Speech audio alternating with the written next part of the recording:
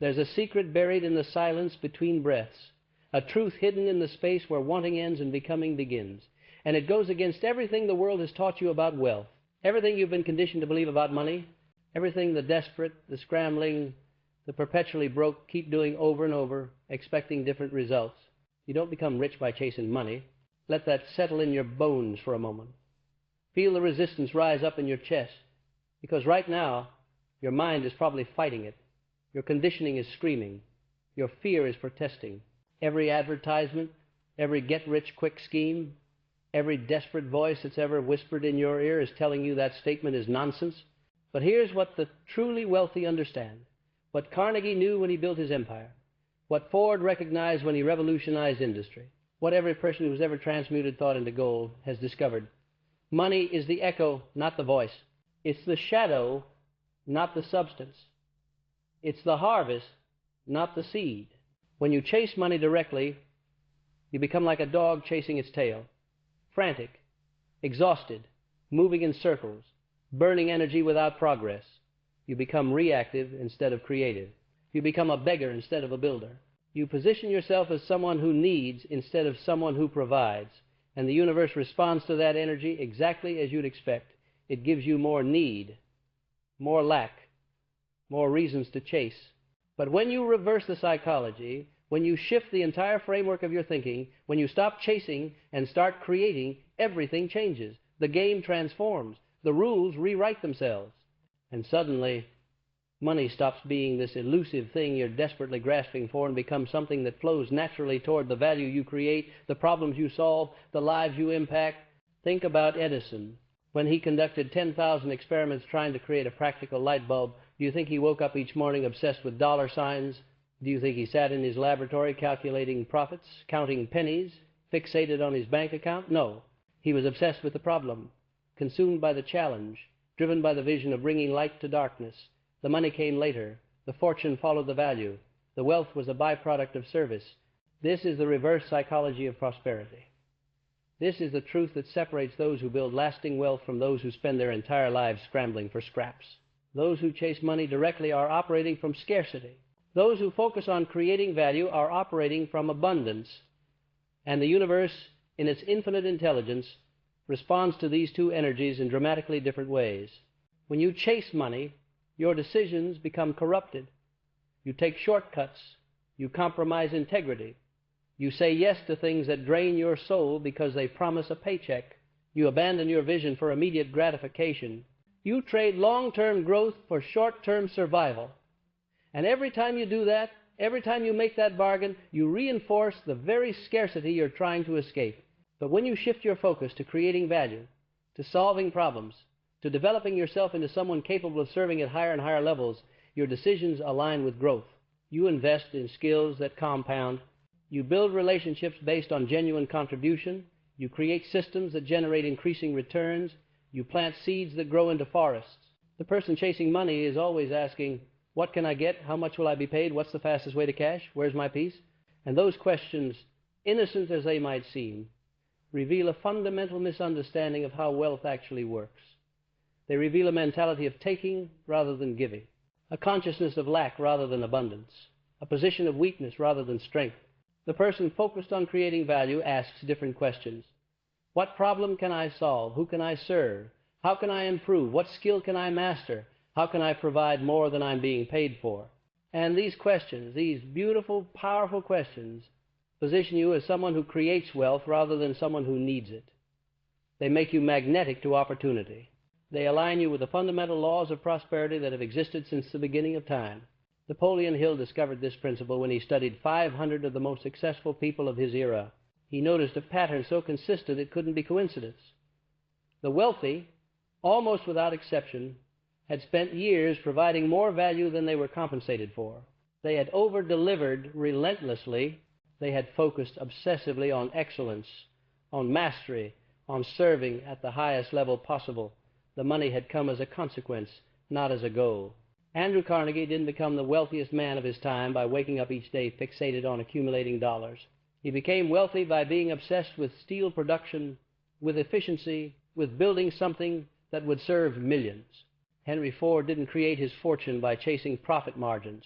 He created it by being consumed with the vision of making automobiles accessible to the average person, by revolutionizing manufacturing, by solving a problem that improved countless lives. This is a paradox that breaks most people. This is the truth they can't reconcile, because they've been taught that wanting money badly enough, that focusing on it intensely enough, that pursuing it relentlessly enough will somehow make it materialize. But that's not how the law works. That's not how energy moves. That's not how value is created in this universe. When you focus directly on money, you create resistance. You generate desperation. You broadcast need, and need repels the very thing you're trying to attract. It's like trying to grab water with a closed fist. The tighter you squeeze, the more it slips away. But when you open your hand, when you relax your grip, when you stop desperately grasping, the water flows naturally into your palm. The reverse psychology of prosperity requires a fundamental shift in your relationship with wealth. It requires you to stop thinking like a consumer and start thinking like a creator. To stop asking what you can extract and start asking what you can contribute.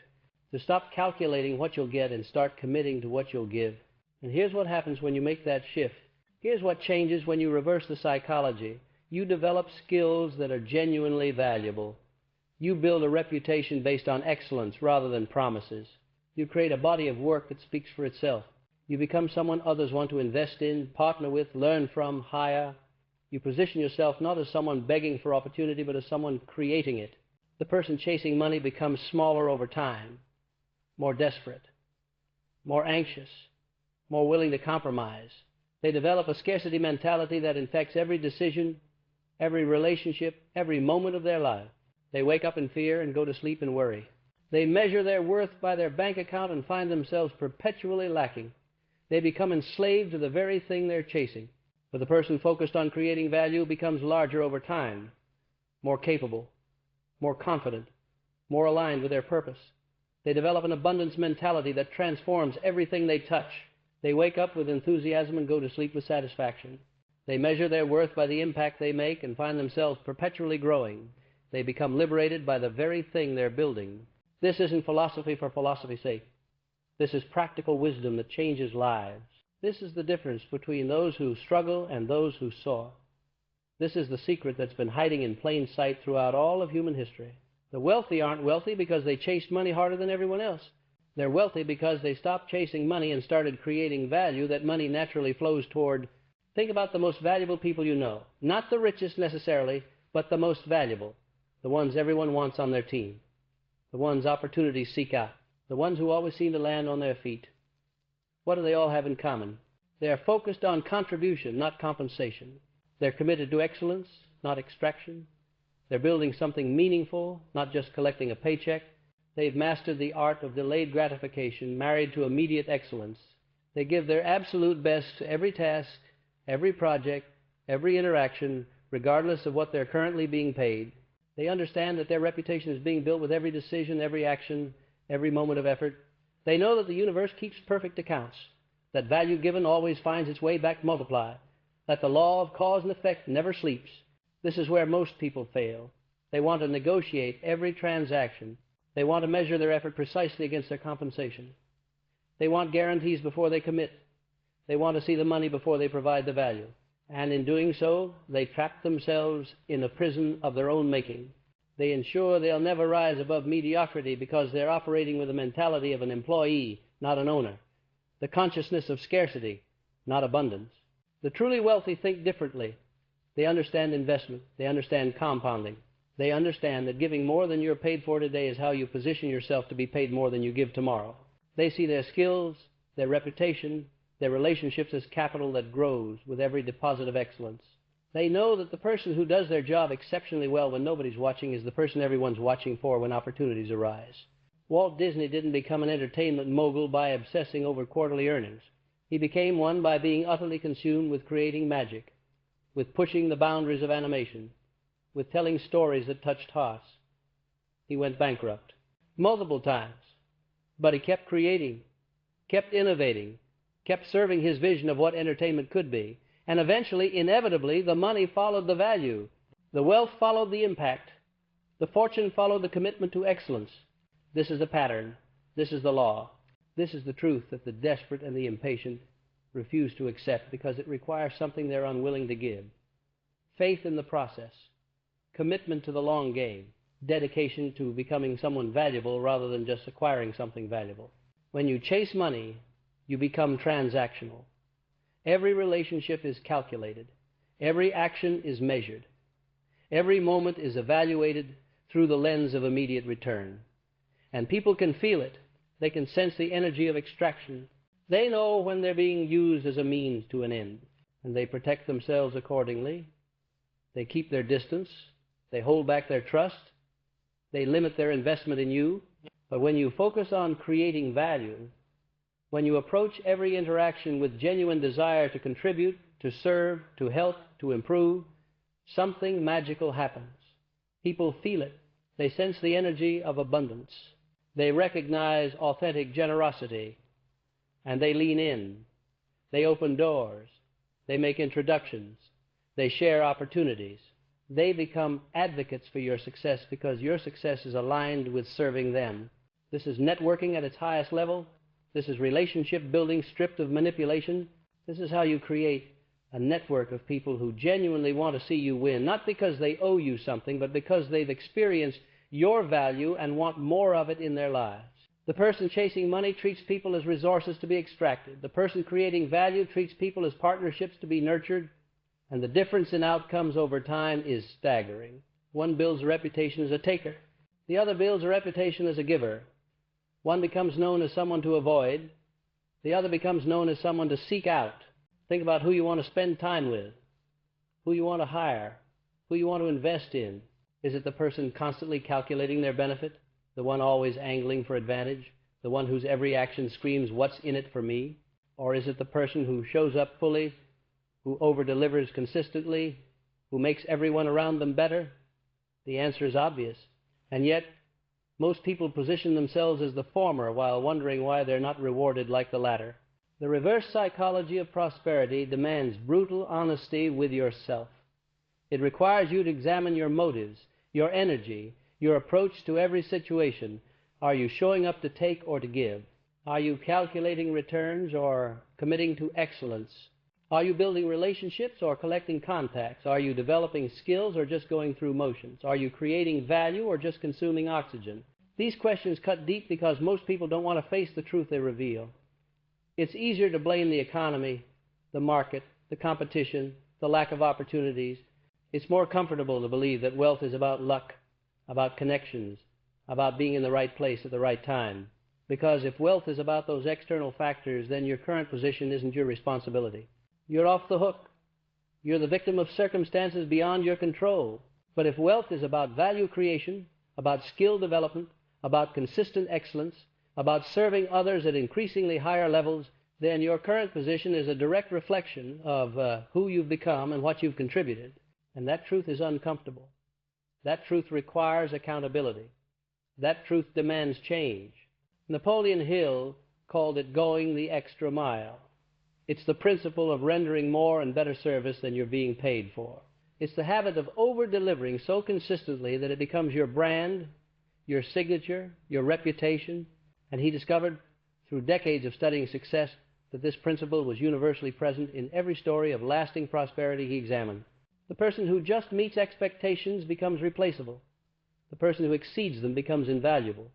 The person who grudgingly does what they're paid for becomes forgotten. The person who enthusiastically does more than they're paid for becomes legendary. This is how careers are built. This is how businesses grow. This is how wealth is created. But it requires a shift in consciousness that most people never make. It requires you to stop keeping score, to stop measuring your effort against your compensation, to stop holding back your excellence until someone pays you enough to release it. It requires you to give your best regardless, to serve at your highest level always, to commit to excellence as a standard, not a strategy. And here's what's fascinating. Here's what changes everything once you truly grasp it.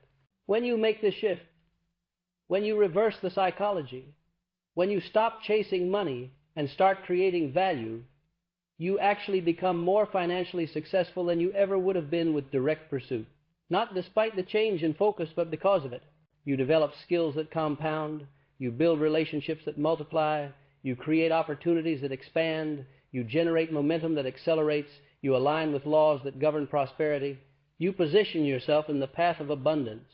And money stops being something you chase and becomes something that flows naturally toward the value you create. This is how millionaires are made. This is how empires are built. This is how ordinary people create extraordinary wealth, not through shortcuts, not through schemes, not through desperate grasping and anxious pursuit, but through committed excellence, through consistent value creation, through dedicated service to solving problems and improving lives.